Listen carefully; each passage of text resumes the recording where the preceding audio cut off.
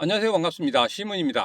오늘은 제가 쓴 책 리플 부의 대이동 저자 직강 세 번째 시간입니다. 오늘요 여러분 딱 10분만 투자하시면 되겠습니다. 제1부 거시경제에 눈을 뜨다 꼭 알아야 할 필수 경제 용어하고 있죠.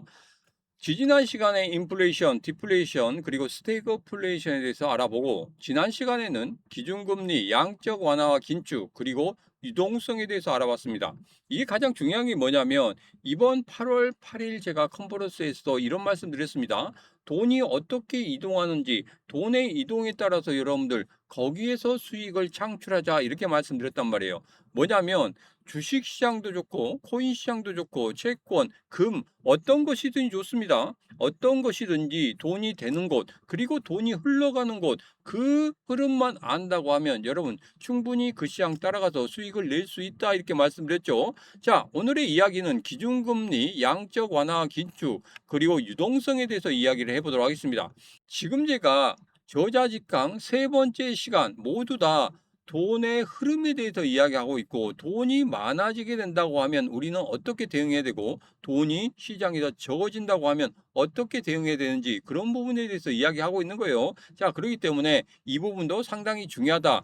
그래서 첫 번째, 두 번째, 세 번째 시간에 말씀드린 이 9가지는 여러분 반드시 알아야 됩니다. 왜? 신문에도 많이 나오고 있고 그리고 최근에 유튜브에서도 많이 나오고 있기 때문에 이 부분은 지속적으로 여러분들 살피면서 어떤 단어가 나왔다고 생각하면 그 이후에 어떤 상황이 벌어질지 그 부분만 체크하시면 되겠습니다. 자, 그러면 첫 번째 이야기 들어가겠습니다. 연방준비제도에 대해서 이야기를 해보겠습니다. 미국의 중앙은행이 연방준비제도, 그러니까 패드라고 이야기를 하죠. 연준을 가장 쉽게 이해하시려고 하면 우리 몸의 심장을 떠올리시면 됩니다. 사람이 살려면 온몸에 피가 돌아야 되죠. 전 세계 경제라는 거대한 몸집이 살아가려고 하면은 달러라는 돈이 돌아야 됩니다. 연준은 이 달러를 찍어내고 조절하는 절대적인 권한을 가진 심장입니다. 그렇기 때문에 연준에서 금리 결정, 그 결정 이후에 연준의 의장이 인터뷰를 할 때 세계 경제가 긴장을 하는 이유가 바로 그겁니다. 그리고 연준에서 금리 동결로 갈 것이다 시장이 예상하고 있지만 연준 의장의 입에서 금리 동결이라는 이야기가 나오기 전까지는 시장이 불안해하는 그런 요소이기도 하는 겁니다. 그러니까 이 심장 안에 FOMC 이 회의체가 있는데 1년에 8번 모여서 이야기를 하죠. 여기에서 어떠한 이야기가 나오는지 그리고 최근에는 앞으로 금리가 인상이 될 건지 동결로 갈 것인지 인하로 갈 것인지 점도표에 점도 찍죠. 그런데 지금은 좀 달라졌습니다. 케빈 러시가 어느 순간부터 점도표에 점을 찍지 않기 시작했죠. 자, 이게 깜깜이 금리 결정 이곳으로 가고 있는 겁니다. 자, 그런데 지금 같은 경우에는 우리가 어떻게 봐야 됩니까? 트럼프 대통령의 눈치도 봐야 되고 시장의 눈치도 봐야 되기 때문에 지금 케비너 씨는 중립적인 위치에 있다. 그래서 일반적으로 크게 요동을 치지 않는다고 하면 시장의 경제가 크게 요동을 치지 않는다고 하면 케비너 씨는 당분간 금리 동결로 갈 것이다. 제가 그런 예상을 하고 있는 겁니다. 자, 그러면 연준의 금리 결정, 왜 우리가 긴장을 해야 되는지 예를 들어서 설명을 해보도록 하겠습니다. 연준이 금리를 올린다고 발표를 합니다. 그러면 사람들은 어떻게 할까요? 굳이 투자 시장에 가지 않더라도 은행에서 예금을 많이 준다. 그러면 은행에다가 돈을 넣어둘 겁니다. 변동성이 큰 비트코인이나 리플, 그리고 변동성이 큰 주식 시장에 투자하려고 하지 않을 거란 말입니다. 그렇다고 하면은 주식 시장이나 코인 시장 돈이 들어오지 않겠죠. 그러면 주식 시장과 코인 시장이 상승하겠습니까? 상승할 수 없다는 겁니다. 반대로 금리 인하가 된다고 하면 사람들은 은행에 돈을 넣지 않으려고 할 겁니다. 그러면서 투자 시장 쪽으로 빠져나온다는 거죠. 그러면 코인 시장이나 주식 시장으로 자금이 들어오는 그런 흐름을 보일 겁니다. 그러면 당연히 코인 시장과 주식 시장이 상승할 수밖에 없다는 겁니다.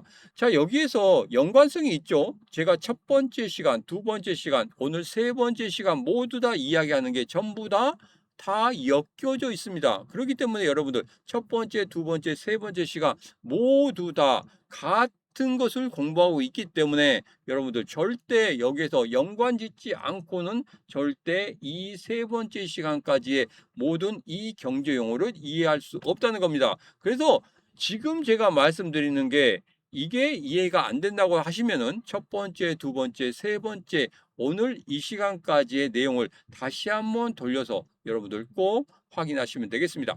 자, 그러면 두 번째로 기축통화에 대해서 이야기를 하도록 하겠습니다. 기축통화는 전 세계가 공통으로 인정하는 기준이 되는 돈입니다. 현재는 달러죠. 그리고 준기축통화가 바로 엔화입니다. 엔화가 기축통화에 버금가는 세계 경제망을 뒤흔들 수 있는 그런 모습을 보이고 있죠. 엔케리 트레이드 청산. 그러니까 일본의 금리 결정에 의해서 세계 경제가 좌지우지되는 그런 모습을 보이고 있습니다. 이렇게 커다란 힘을 가진 게 바로 기축통화다. 이렇게 보시면 되겠습니다. 예를 한번 들어보도록 하겠습니다. 우리나라에서 만든 갤럭시 스마트폰을 유럽에 수출합니다. 혹은 중동에서 석유를 수입해 온다고 합시다. 이때 원화나 유로화로 결제를 할까요? 아닙니다. 모두 달러로 계산한다는 거겠죠. 왜? 서로의 화폐를 100% 믿을 수 없기 때문에 전 세계가 가장 신뢰하는 달러를 중간에 끼워 넣는 겁니다. 그러니까 달러가 강해지면, 즉 달러 인덱스가 올라가면 코인 가격은 좀 빠지게 되겠죠. 세상에서 가장 믿음직한 돈인 달러의 가치가 오르는데 굳이 대체 자산인 암호화폐를 들고 있을 필요가 없기 때문에 그랬습니다. 그럼 여기서 이런 질문을 한번 해보죠. 리플은 이 거대한 달러의 패권과 싸우려는 걸까? 아닙니다. 리플의 포지션은 아주 영리합니다. 리플은 달러를 무너뜨리는 게 아니라 브릿지, 즉 다리 역할을 하고 있다는 겁니다. 태국 사람이 멕시코 사람에게 돈을 보낸다고 가정을 한번 해보겠습니다. 지금은 태국 바트화를 미국 달러로 바꾼 다음에 그 달러를 다시 멕시코 페소화로 환전해야 됩니다. 수수료도 두 번 들고 시간도 오래 걸리죠. 리플은 이 중간 과정을 하나로 통합하게 된다는 겁니다. 바트화를 바로 XRP로 바꾸고 3초 만에 멕시코로 전송을 해서 페소화로 바로 바꿀 수 있다는 겁니다.